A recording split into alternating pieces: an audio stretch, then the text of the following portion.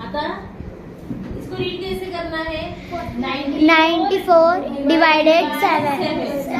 ठीक है, तो ये 7 है वो डिवाइजर है, वो इस ब्रैकेट के अंदर लिखना है और ये 94 ऐसे लिखना है। इतना समझ में आया? हाँ। रुको। हाँ, अभ्यास तुझी बुक तिकडे घेऊन यायला कारण ठेवलीस ना इथे शो खाली वर करून। हाँ, और एक ले रही हूँ मैं यहाँ पे 4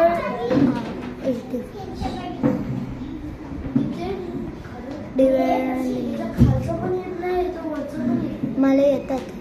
आता पण इथून सुरुवात करें, इजी। हाँ। सबसे पहले तो आपको टेबल आना जरूरी है। का टेबल आता है आपको?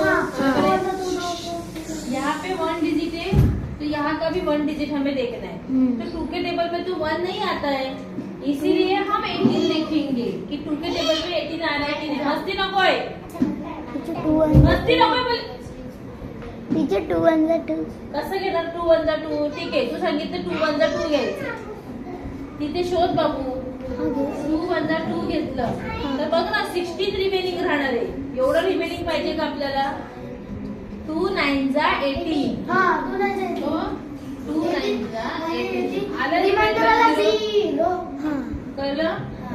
आता 4 च्या टेबल मध्ये 8 येतो ना, मग आपण 84 घेणार का? नाही।